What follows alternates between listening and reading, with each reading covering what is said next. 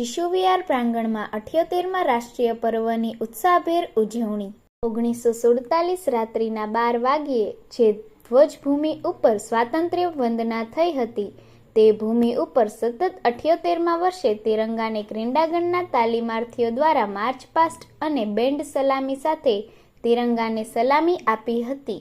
ભાવનગરના જાણીતા શિક્ષક શ્રી રાઘવજીભાઈ પટેલના વરદ હસ્તે ધ્વજારોહણ થયું હતું।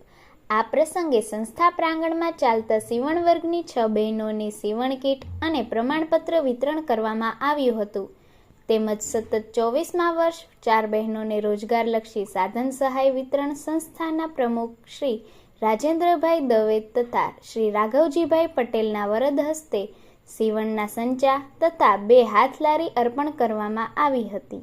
શિશુ વિહાર પ્રાંગણમાં 78 વર્ષથી સાતત્યપૂર્ણ રીતે યોજાતા સ્વાતંત્ર્ય પર્વનું સંકલન શ્રી હરેશભાઈ ભટ્ટ તથા શ્રી કમલેશભાઈ વેગડ દ્વારા થયું હતું।